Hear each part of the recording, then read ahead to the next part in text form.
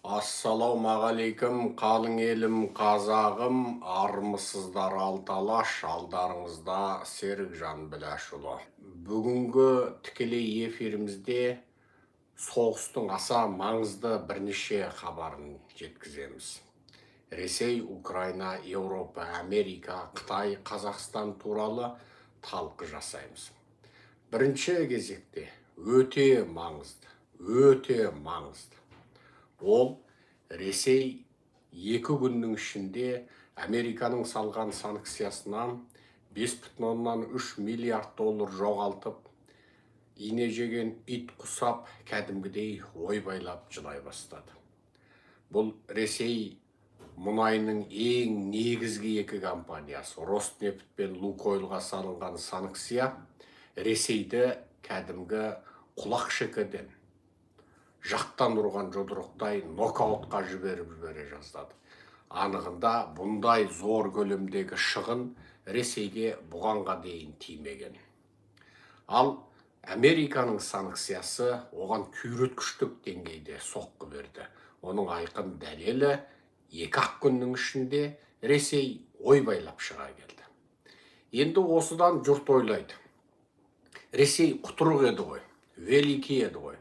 Ары қарай біз великийміз деп жалғастыра береме дейді. Жоқ. Керісінше Ресей тұңғыш рет таңғажайып қалды. Америкамен қарым-қатынасты жақсылайтындығын, Америкамен дос екендігін айтып, анау тұрпатты түлкі пішімді Пескопты алдыға шығарып, кәдімгі өзінің әлсіздігін әлемдік ақпараттың алдында бірінші рет ашық түрде мойындағандай болды. Бұл Ресей сияқты тек құтырықтар жиналған. Біздің сөзімізбен айтқанда жындыхана деп атайтын. Әдетте ақпараттарды жындыхана ақпараттары деп тұрып, әдетте батыс әлемдері жаза бастайды. Себебі кәдімгі Путин де, Лавров та, Медведев те, олардың баспасөз хатшысы Пескоп та, анау Захарова да, бұлар бірінен бірі өткен құтырықтық скизофрендік, яғни шизофрендік, болмыстық бітістік жіктеліспенен ауыратын адамдар еді. Себебі бұлар Американы айтып жібереміз, Еуропаны бүйтіп жібереміз дейтін сөздерін айтуменен бүкіл Еуропа америкалықтардың жүйкесіне де тиіп болған. Енді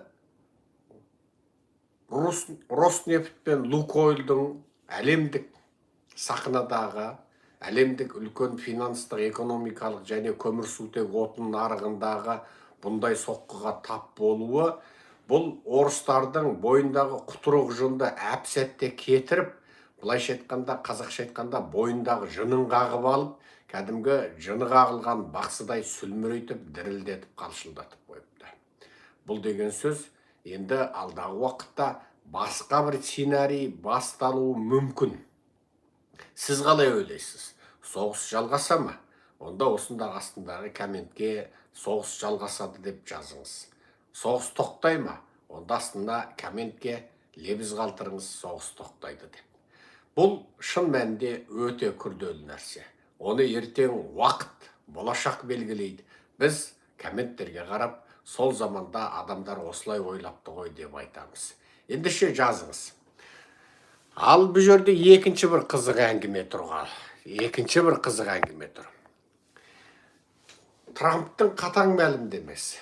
Бұғанға дейінгі Трамптың мен Путинмен доспын деп, ол үнемі айтатын, мен Ши Цзиньпинмен доспын, ол мені сыйлайды дейтін дипломатиялық әдемі жылтыр сөздерінің барлығы қалып, Трамп Американың әуе қорғаныс бір ұшағына мінгелі тұрған кезінде журналистің сұрағында тікеден-тіке CNN-нің өзі ма, әлде Fox News соның өзінде айтады. Мен Путинмен сөйлесемін деп уақытымды зая кетіргім келмейді дейді. Бұл енді бұндай ауыр сөзді ешқашан Трамп басқа бір елдің президентін айтып көрген жоқ. Трамптың тілі екі қарсы. Ол бұғанға дейін өте қатаң сөздер жасайды. Журналистерге сұхбат бергенде, жаңа журналист бір қыңыр-қисық сұрақтар қойғанда, кімсің дейді, атын бәлем. Қайдан? CNN-нен. Сен кімсің? BBC, атың кім? Бәлем. Сен кімсің дейді, жаңағы Politico сайты, Онда сен бәр фейк ньюс дейді ғой. CNN-ің, ана Англияның әлемге әйгілі тарихи ең ұзан BBC-не, жаңағы Политикоға, мысалы, бүкіл дүние жүзіндегі ірі саясаткерлердің мәселелеріне сен фейк ньюссың дейді. Жаңағы быт-шытын шығарады. Және бір жас қыз, кәдімгі жас қыз, немересіндей ма, тіпті қызындай ма қыз, менің не кінәм бар, бұл менің жұмысым ғой десе, сен жақсы адам болсаң, мұнда істемейсің деп тұрып айтқаны бар. Сен жақсы адам болсаң, бұндай жерде жұмыс істемейсің дейді. Бұл Трамптың адуындығы, кәдімгі адуындығы. Жаңағы фейк ньюс деп аналарға тиісетіні неден? Себебі бұл кезінде, бәлкілдек шалдың кезінде қара баланың тапсырмасыменен, қара бала Трамптаға жаптым жала, жақтым күйе деп, оны Пөтенжанның адамы, ол деген Пөтенжанның тапсырмасын орындайды, ол деген Пөтенжанның қолдауыменен билікке келді деген сол дәлелі жоқ, дерегі жоқ, тіпті Конгресте Хаустың өзінде дыңғыр етіп, ол кісіні тіпті импичмент жариялап, тақтан алып тастайтын сол бір атышулы заманның өзінде осы кісіге бүкіл ақпараттық шабуыл жасағандар жоғарыдағы солшыл глобалистік бағыттағы демократтардың медиалары еді. Олар құрыққа сырғып жалғап, аттанға қиқу қосып, өтірікті шындай, ақсақты тыңдай қылып, оны қысқасы ағаш атқа теріс мінгізіп қоя беріп еді. Енді осының барлығы нені білдіреді? Бұның барлығы Тікебай, кәдімгі дипломаттарда, саясаткерлерде болатын жалған, ұнатпай тұрса да өтірік күліп тұратын мінездер емес, ол кәдімгі сіз бен біз сияқты адам. Әсіресе оның ішінде де жүрегінде не болса, аузын ашса сол көрінетін кәдімгі тап-таза табиғи адам. Политиктер қалай болады? Олар үнемі майдалап сөйлейді. Ол ешкімді ренжіткісі келмейді. Политиктердің көбі қалай болады? Құдайға қарап, Құдай сен шексіз әлемнің жалғыз құдіреті иесісің дейді де, бұна жақтан сайтанға қарап, сен де жаман емессің, 70 мың періштеге баяғыда сабақ беріпсің ғой сен деп, сайтанның да астына көпшік қойып сөйлейді. Сондықтан бұл арада Трамптың осындай бір тік мінезділігі, міне оның бір кейде нәтижесінде береді, кейде Шалекеңнің басына бір үлкен әңгіртаяқ болып та тиеді. Шалекең осыдан бетте беделді табады, кейде жауына өзін соққылайтын бір орайды да беріп қояды. Бірақ дәл осығанға дейін Путин менің досым, ол Байденді сыйламайды, ол мені сыйлайды деп айтып келген Трампты енді жаңағы солшыл глобалистік демократтықтардың медиалары енді сөздің шыны, ашыққа шықтың ба, қырдың үстіне шықтың ба, нысанама іліндің бе деп тұрып, бісміллә рахмын қайырып тұрып, кәдімгі нысана қалатын. Басы көзің демей Шалекеңе оқты борататып. Себебі Шалекеңнің бұл тактикасы, мен алдыңғы жолдар айтқанымдай, Шалекең максимал деңгейде қару бере салып, бұл соғысқа өзі тіке кірмей, қаруды берген қаруының өзін мен білмеймін, мен Еуропаға бердім, Украина оны қайдатады өзі біледі. Тіпті осы 2-3 күннің алдында азаттыққа дейін аттандап жазған. Анығында Wall Street журналдың жазғанда Трамп жаңағы Украинаға алыс және орта қашықтағы зымырандарды орыс жеріне атуға рұқсат берді деген сөздің өзін терістеді.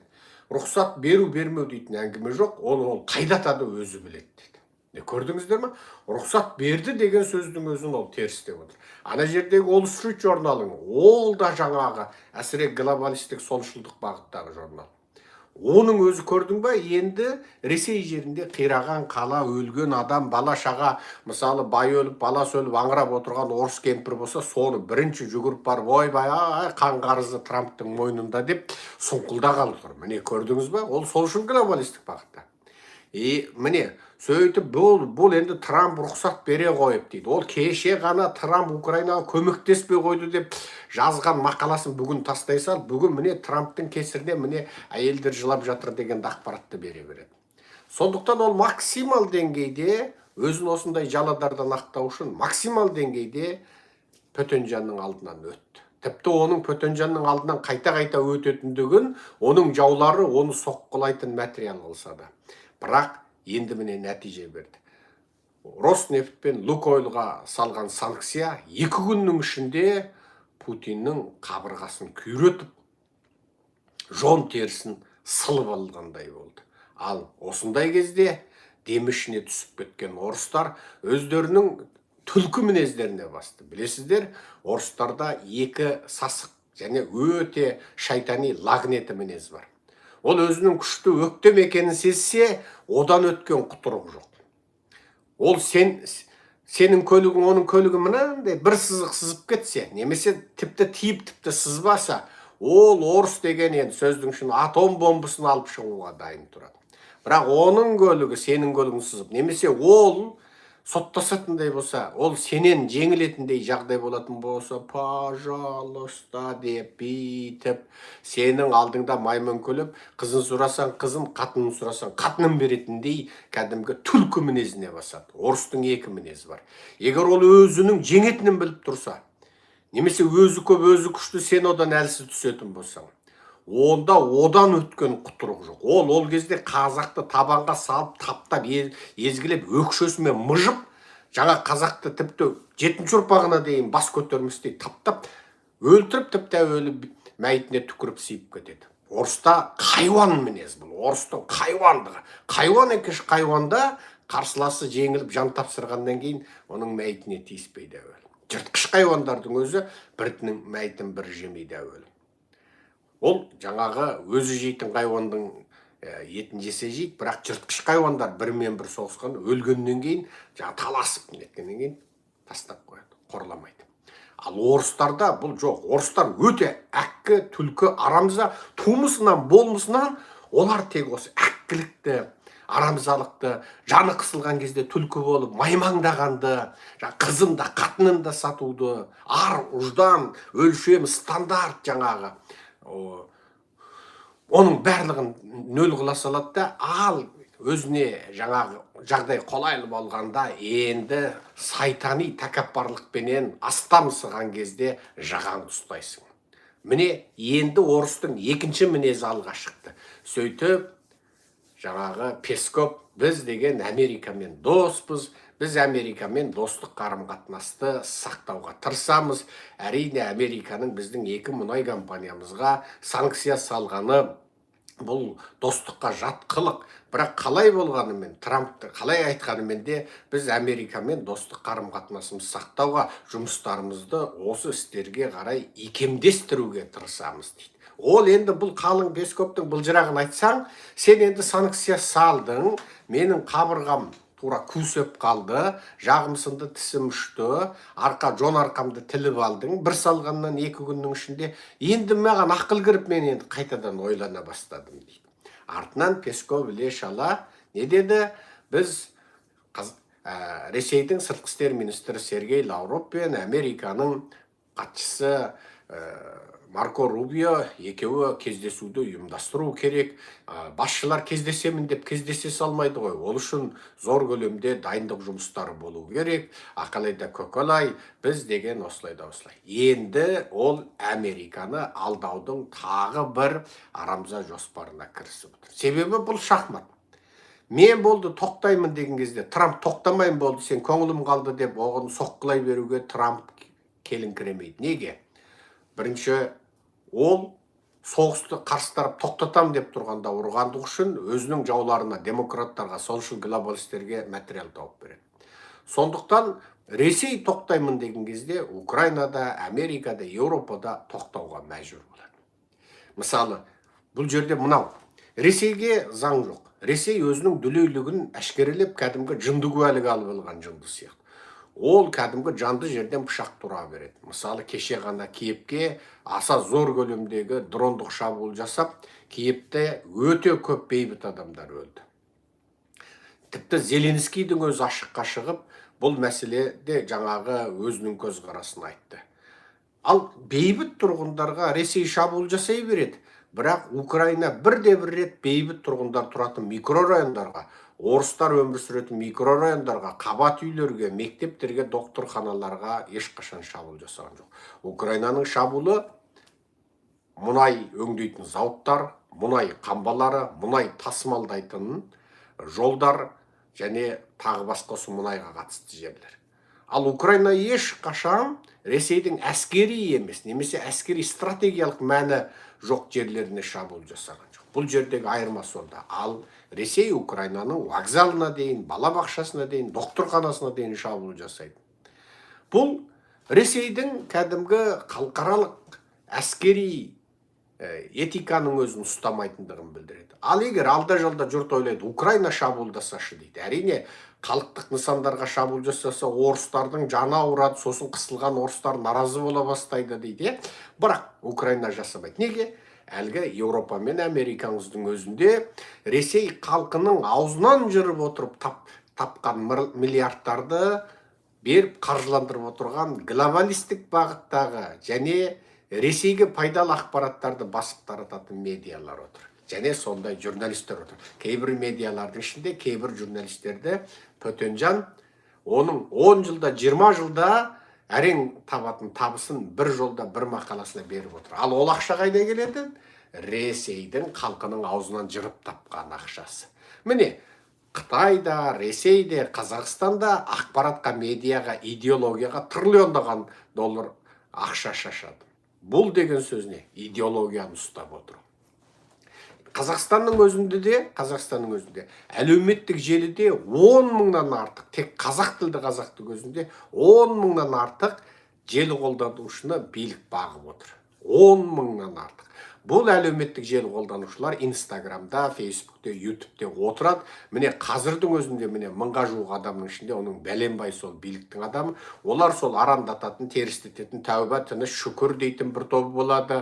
Жаңағы өсек аяң айтатын бір тобы болады. Қаралайтын, жалалайтын бір тобы болады. Жаңағы әдей адам назарын басқаға аудару үшін боғауыз сөздер айтатын бір тобы болады. Сосын ана бәленбай 100 биліктің сайттары бар, соны тарататындары болады. Биліктің қолдан жасап қойған түгенбай 1000 өтірік фейк жұлдыздары бар, саясат танушы тұлға деген. Соларды жарнамалайды, соларды бір керемет елім деп еңіреген, халқым деп қан жұтқан бір қайсар батыр қылып сомдауға тырысады. Міне бұның барлығы Ресей, Қытай, Иран, Солтүстік Корей, бұл диктаторлық елдер өзінің халқының аузынан жырып отырып, өзінің халқының миын улау үшін, идеологиялық меңгеру үшін осындай жұмыстар істейді. Ресейдің бұндай идеологиялық меңгеру жұмыстары Еуропа, Американың қойны қонышына кіріп кеткен. Путин қолындағы кнопкасымен кез келген Еуропа, Америкадағы ірі саяси мәселелерде өзінің адамдарын шығарып отырады. Сосын олар Путинге зиянды адамдарды қаралау, жалалау, батыстық демократиялық еркіндіктен пайдаланып, оның қандай да бір кемістіктерін тауып, оны дабырайту, сосын ары қарай бүкіл Ресейдің хаккерлік және IT мамандары шығып, әлгінің жазбаларын миллион есе күні-түні тұрақты түрде желіде бөлісу, тарату, міне бұл ақпараттық пропаганданың ең сұмдық жері. Ары қарай бұл әңгімелерімізді біз кешеден бері біз өзіміз жазып дайындаған ақпараттарға негізделе отырып, мен сіздерге бөлісіп таратып ақпараттарды кәдімгідей анық айқын түрде сан цифрлармен отырып жеткізейін. Ендеше бізбен бірге болыңыздар, бөлісіңіздер, таратыңыздар. Міне мен лекциямды бастағалы 20 минут болды. Бөлісіп таратпадыңыздар. Экранды екі шертіп, лайк басыңыздар. Сосын ары қарай бізге тіркеліңіздер. Сосын мына кішкентай қоңырауды басып қойыңыздар. Кішкентай қоңырауды бассаңыздар, тіркелген кезде. Мен шыға келгенде телефоныңыз қоңыраулайды. Ол сізге өте пайдалы болады. Уақытында біздің лекциямызды тыңдайсыз. Енді ары қарай мен мына жерде бірнеше лекцияны аударып оқып жіберейін міне. ақш-тың жаңа санкцияларынан кейін Роснефть және Лукойл компаниялары 2 күннің ішінде 5,2 миллиард долларға шығын тартты. Нақтырақ айтқанда Роснефттің нарықтық капитализациясы 1,56 миллиард долларға, ал Лукойлдың капитализациясы 3,66 миллиард долларға төмендеді. Санкциялар Лукойлдың ең ірі акционері Багит Әлекперепке де әсер етті. Ол өз үлесінің құнынан 1 миллиард доллардан астам шығынға ұшырады. Жалпы шығын, нарықтық құнның жалпы сомасы 5,2 миллиард доллар. Роснефттің шығыны 1,56 миллиард доллар, акциясының 3% төмендеді. Лукойлдың шығыны 3,66 миллиард доллар, акциясы 7,2%-ға төмендеді. Вагит Әлекпереп Лукойлдың акционерінің шығыны 1 миллиард доллар болды. 2 күннің ішінде жеткен нәтиже осы 2-ақ күннің ішінде. Енді ары қарай ойлай беріңіздер. Орыстар осыдан ары қарай қаншалықты деңгейге бару мүмкін? Қаншалықты деңгейге бару мүмкін? Бұл ешқашан жаңағы ойбай біз деген жаңа жеңілмейміз, великийміз деп отырған орыстарға бұл енді анығында өте бір сұмдық сұрапыл соққы болды деп айтуға болады. Өте сұмдық сұрапыл соққы. Орыстар, сөздің шыны керек, Трамптан, Америкадан, батыстан осындай соққы аламыз деп ойлаған жоқ. Бұл енді шыны керек соғыстағы бір бетбұрыс жасайтын үлкен бір аса маңызды бір кез болды.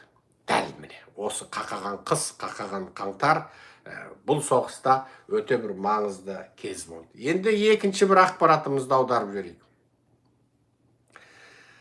ақш-қытай сауда соғысы, демократия мен диктатураның текетіресі деген бір постты жаздым. Осы сіздерде Алматы, Қазақстан уақыты бойынша түс кезде. Мен соны қысқаша мынау Америка мен Қытай ортасындағы соя бұршақ, енді қазақшасы дәу бұршақ, сол соя бұршақ соғысы туралы айтайын. ақш-Қытай ортасындағы соя бұршақ, соябин дейді ағылшынша, сойбин дейді, орысша соя дейді ағылшынша. Енді осы екі ортадағы мәселені айтайын. 2025 жылы Қытай Америкадан бір түйір соя бұршақ сатып алған жоқ. Бір түйір. Екі ортадағы соя бұршақ саудасы тоқтап тұр. Ол орнына Бразилия, Аргентина, тағы басқа аграрлық елдерден алып отыр. 2024 жылы бұл ақша 12,6 миллиард доллар болды. Енді ойлаңыздар, 1 миллиард долларды бір атом сүңгуір кемесі деп есептей беріңіздер. Немесе F-35, F-16 ұшағының бағасымен салыстырсаңыздар, жай диқандар егетін, жер егетін диқандардың егіп отырған соя бұршағының екі елдің ортасындағы сауда құнын көрсеңіздер болады. 2024 жылы 12,6 миллиард доллар. Қытай бұл жылы ақш-тың ауыл шаруашылық экспорт нарығының үшінші ірі бөлігіне айналғанына қарамастан ақш соясының ең ірі сатып алушысы болып қала берді. Ал одан алдыңғы жылы 2023 жылы майлы дақылдар мен дәнді дақылдар үшін 18,5 миллиард доллар жұмсады дейді. 18,5. Бұл жалпы көрсеткіш сояның басым бөлігін құрады. Сояға тән сатылым 2022 жылы сатылымдарға қарағанда төмендеді. Көрдіңіз ба? 24 12,6 миллиард доллар. 23 18. Көрдіңіз ба? 6 миллиард долларға жуық ақша кетіп қалған. Ал 22 жылы 17,9. 21 жылы 14,1 миллиард доллар. 22 жылғы бұл жердегі себеп бұл құрғақшылыққа қатысты болды Оңтүстік Америкада. Ал Америка мен Қытайдың ортасында биыл бір түйір соя бұршағы алынбады. Америкада күз маусымы аяқталды. Соя бұршақты жиып алды. Енді бір кезде білесіздер, Қытай осы соя бұршақты алмай қойған кезде Трампқа қарсы ереуілдеген Американың егістік егетін диқандары қайтты, тракторларын, комбайндарын айдап отырып, әрбір аудан, қалаларда, тіпті штат орталықтарында ереуіл жасады. Вашингтонның өзінде комбайндарын, тракторларын, жер жыртатын тракторларын, аграрлық техникаларын, алдында шөбі бар, соя бұршағы бар, ана домалақтап алған, төрт бұрыштап алған, жинаған жаңағы егістіктің дақылдарының нелері бар, жүгері бидайының сабандарына дейін алып әкімшіліктің алдына төгіп тастады. Енді сол тракторларын, кәдімгі доңғалақты тракторларын айдап ереуіл жасады. Қаланы ана шетіне, мына шетіне бәлем мәрте айналып ереуіл жасады. Кәдімгі диқандар. Мақсаты не? Сенің Қытаймен ұстасқан саясатыңның кесірінен біздің дақылдарымыз, майлы дақылдарымыз ішінде соя бұршағы бар, Қытайға сатылмай қалды дейді. Ал енді жаңағы журналистерге болып берді. Әрбір еңіреген, жылаған, ашуланған, ызаланған, күйінген егіншілерді деген күні түні телеарнада көрсетіп, күні түні газетінің бас бетіне салды. Ал бұл мәселені Трамп қалай шешті? Бұл мәселені Трамп өте сәтті шешті. Тіпті Оңтүстік Америка елдерінің соялары Қытайға сатуға жетіспеген кезде олар Америкадан арзан бағаға алып, Қытайға үстіне баға қосып сатты. Қытай бәрібір айналып келіп Американыкін алды. Және жаңағы егіс егіншілерге ол мемлекет тарапынан тиісті көмек ақы берді. Кейбір жерлерде жаңағы импортты қысқартып Қытай тарапынан келетін солардыкін пайдалануға бағыттады. Қысқасы Трамп мәселені шешті. Енді биылдың өзінде Трамп бұл мәселеде үлкен қиындыққа тап болып отыр. Демократтар кеңірдектен қысып, бюджетті өткізбей отыр. Трамп президент болып, өзінің қызметкерлерін өзі айлық тарата алмай отыр. Тіпті армияға айлық тарата алмай отыр. Енді қараңдар.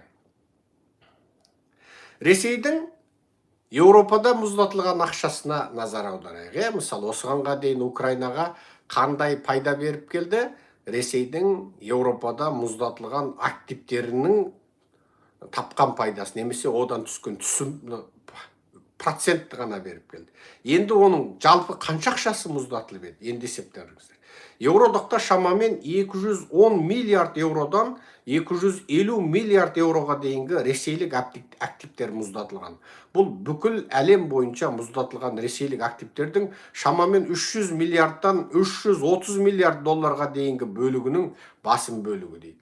Еуроодағының мұздатылған активтерінің үлкен бөлігі шамамен 185 миллиард еуро Брюссельде орналасқан Евроклир орталығында сақталған дейді. 185 миллиард еуро Еуропадағы Брюссельдегі Евроклир орталығында сақталды. Мұздатылған активтердің бөлінуі. Мысалы, Еуроодақ шамамен 210 миллиард еуродан 250 миллиард еуроға дейін. Евроклир, Еуроодағындағы жалпы сомасының шамамен 185 миллиард еуро бөлігі Евроклир орталығында жаңа бағалы қағаздар депозитарийінде, яғни қоймасында сақтаулы. Басқа да Еуропадағы елдері, қалған активтер Еуропа одағына мүше мемлекеттердің арасында бөлінген. Франция мен Люксембургте айтарлықтай сомаларды ұстап отыр, және басқа елдер. Америка құрама штаттарында тек 5 миллиард доллар бар екен. Бұл 4,5 миллиард еуро, ал Жапонияда 33 миллиард доллар бар екен. Ол 30 миллиард еуро екен. Ұлыбританияда 25 миллиард фунт стерлинг. Ол 34 миллиард доллар бар екен. Енді осыны есептеңдер. Жапонияның өзінде 33 миллиард, Ұлыбританияда 34 миллиард доллар бар. Ал Америкада 5 миллиард доллар бар. Франция мен Люксембургте айтарлықтай сомаларды иеленді дейді. Бірақ оларды айтпаған. Тек аналардың өзінде көрдіңіз ба 210-250 миллиард, арғарай жалпы жер әлем бойынша 330 миллиард дейді. 330 миллиард деген енді кейбір деректерді айтуынша Назарбаев Дубайға қашқанда 300 миллиард ақшаны алып кетіпті дейді. Бір Назарбаев 30 жыл ұрлық істеп 300 миллиард әкетті дейді. Біреу 400 миллиард дейді. Біреу жарты триллион дейді, яғни 500 миллиард дейді. Біреу одан да көп дейді. Бірақ мен өз басым сол жарты триллионның ар жақ бер жағы болуы мүмкін деймін. Себебі Қытайдың өзінде алдыңғы президент Ши Цзиньпиннен бұрынғы Хужинтаудың алдындағы Жаң Зиминнің ұлы Жаң Менхыңның Швейцария банкіне тыққан ақшасы 500 миллиард доллар дейді. Бір Назарбаевтың өзі Қазақстаннан ұрлаған ақшасы 300 миллиард болса, Ресейдің бүкіл 25 жылда Путиннің ұрлаған ақшасы да сол 330 миллиард бола ма? Сонда Назарбаев Путинмен бірдей ақшаны ұрлады ма? Жоқ. Бұл жердегі әңгіме, бұл ақшалардың сомасы сізбен бізге көрсетіліп отырған ақша. Сізбен біз білмейтін ақша бұдан да көп. Бір минут рұқсат беріңіздер, мен бір тұтам шайымды ішіп жіберейін. Бисмиллахиррахманиррахим. Әттең салқында қапты, ыстығында ішіп жіберетін едік. Бұл деген сөз дүние жүзінде бұл ақпараттық идеологиялық соғыс, және сонымен бірге сауда соғысы, қаражат соғысы, экономика соғысы. Ең басты бұл соғыста не? Қару сөйлеп тұр. Қару. Мысалы, томағауқты береміз, бермейміз дегенде орыстар бір ой байлады. Орыстар бір ойлады. Қару. Екіншісі, экономикалық санкцияны Трамп әне салам деді, міне салам деді, әне салам деді, міне салам деді. Бұл орыс сүмелектер анау көрді көрмей көзінен жас шықпайтын есек бас екендіктерін көрсетті. Көрді көрмейінше көздерінен жас шықпайтындығын көрсетті. Содан қайтты, салып жіберген кезде енді түлкі боп бұлаңдай қалды. Бұл алдағы өте күрделі бір жағдайлардың туатындығын, тіпті мен не соңғы кезде күнде лекция сөйлеймін, күнде.